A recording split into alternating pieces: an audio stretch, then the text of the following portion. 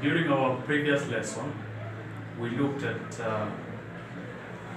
the simple present tense and the present continuous tense. And I explained very clearly that we use the simple present tense to say that an action happens.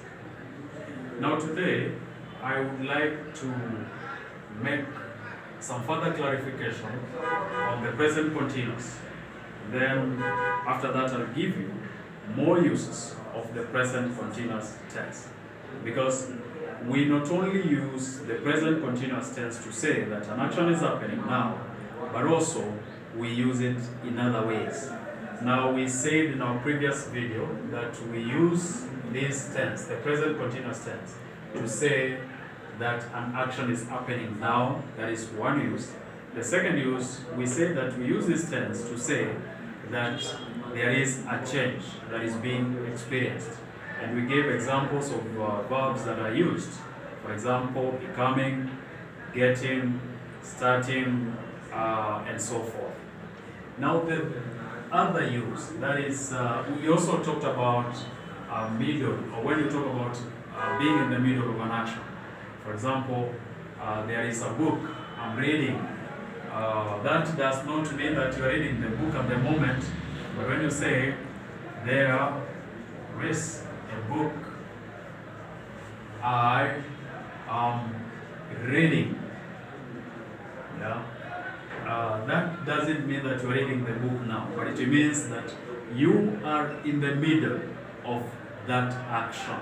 You started it, you have not yet finished, but you intend to continue with the action at some later date or some later time, sometimes later. Now, another example where you show or where you say that you are in the middle of an action is, for instance, when I say, Jane wants to work in Spain. She wants to work in Spain. She is studying. She is studying Spanish. So this doesn't mean that Jane is studying Spanish now. No, it means that Jane enrolled for Spanish so that she can be able to work in Spain. But at the moment, as I speak, she is not in class. She is not learning Spanish, though she is in the middle of that activity. Now, number 4. That is the other use of the present continuous, is when we use this tense to say that something is expected to happen in the near future or in some times to come. And that is where now you find us use adverbs of time like this afternoon, this evening, this year, this month. So we use it to anticipate for the future. So it is used to show anticipation for the future. Used to show anticipation for the future. Okay? And a good example is where we say, she is getting married. She's getting married this year. She is getting married this year. So this is present continuous, yes, but the action is not happening now as we speak. It means that the action is anticipated to be happening sometimes later. Or for instance, when I say maybe the president is visiting all counties. The president is visiting all counties this month. This doesn't mean that the president is visiting now. No, it means that it is anticipated that the president will be visiting the counties this month. The date is not exactly known, but we anticipate his visitation to be this month. So those are the four ways in which we use the present continuous tense. I would like you to understand and ensure that you can be able to use the present continuous tense in those four ways. Now, I would also like us to look at the present perfect tense. That is the fourth form of the present tense, which is the present perfect tense. That is number 3, the present perfect tense. Now this tense is used to say that an action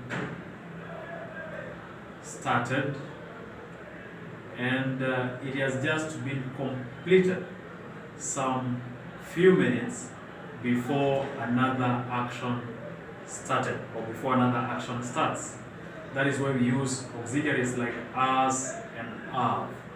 When I say I have eaten, it means when you come or when you visit where I was eating from, you will see plates and spoons and even maybe some leftovers. Then I tell you, oh my friend, I have eaten.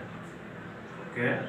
Then we also use the present perfect with adverbs of time like yet and already.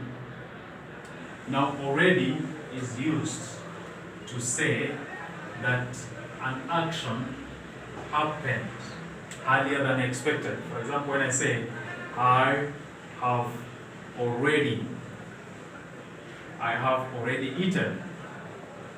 This is present perfect, yes, but the sentence means that the action has happened earlier than you expected, or more than earlier than you expected. That is what this means. And remember, this is the order: auxiliary, that is have, the adverb of time, and then the verb.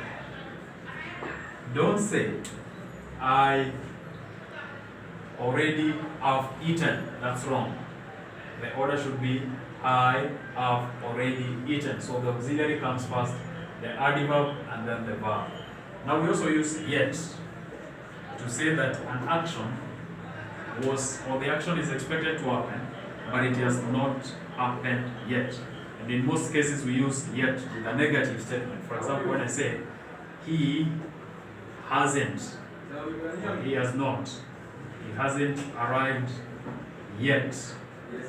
Yet is most commonly used at the end of a sentence. So it means that the action is anticipated to happen, but it has not yet happened. So those are the ways, the two ways in which you use the present perfect tense. Now let's look at the final tense, which is the present perfect continuous. The present perfect continuous. Now present perfect continuous is used to say that an action has been happening. That's where now you find this being used. I have been doing.